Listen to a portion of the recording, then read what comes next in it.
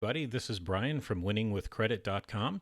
And in our last video, I showed you how to go to annualcreditreport.com and download your own credit reports. Hopefully by now you have at least one of them in your hand or maybe on your computer screen. And now I'm going to talk about how to read them, specifically how to decide which are good entries, which are bad ones, and then we're going to talk about what to do about them. So we're going to get started in just a sec.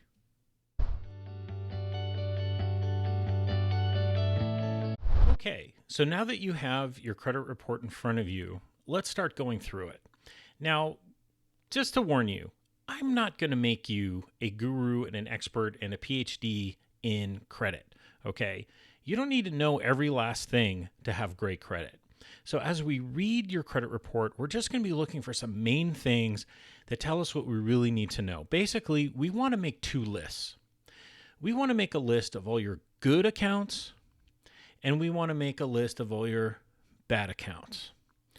So as you're scrolling through, the first thing you're going to see, and every report looks a little different depending where you're getting it from.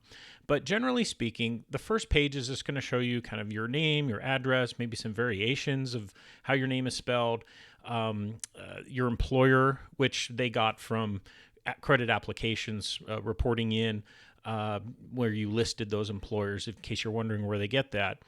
But let's keep scrolling. And what we want to do is start finding accounts in good standing. And they're going to look something like this. Okay. They're going to have the name of the creditor. They're going to have how many months it's been open. And under each month, you're going to see there things like okay. Okay is always great. That means you're paying on time. High balance, things like that. If you see a lot of okays, or maybe sometimes the okays are in a green box, that's a great sign. That means that that's a good entry. In fact, some reports even cluster them together like items in good standing.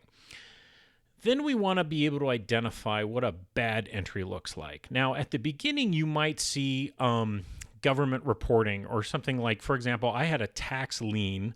That was reported at the front of the report. So if you have things like a tax lien or maybe child support or things like that, that might appear in a bad section under government postings or something like that.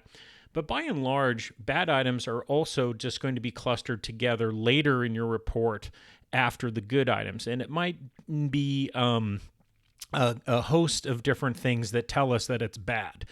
So here's an example of a bad listing. We're not going to see a bunch of okays. We're going to see things like 30, 60, 90, 120. Those are basically saying that you're 30, 60, 90, or 120 days late. You might see things that say collections. You might see things paid in collections, past due. You might see more than one entry. You might see an entry from a collections agency that you've never heard of.